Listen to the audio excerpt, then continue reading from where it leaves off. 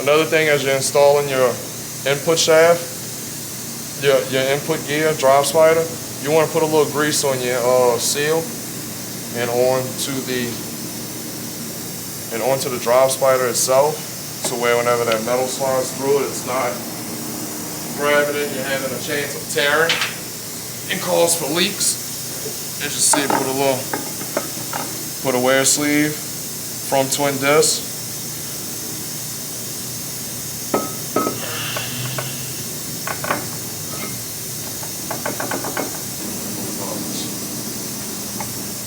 Same thing on the input, like the output, you're going to have a lathering because you have splines in here. And just like the output, if you don't put this in here, and over time, oil is going to start leaking through your spines.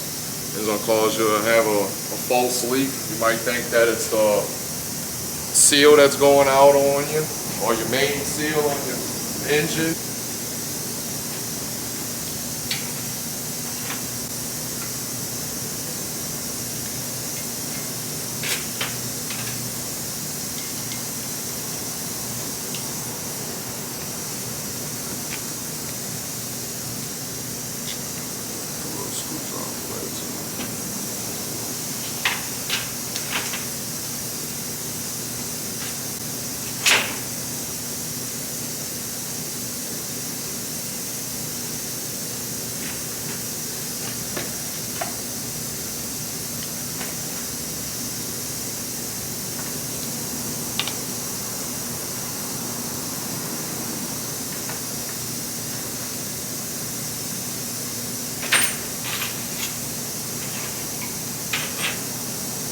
Remember, always install the flat washer. That's going to keep your lathering down and in place.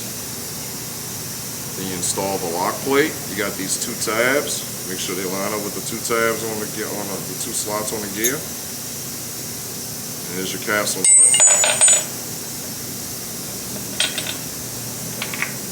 Castle nut.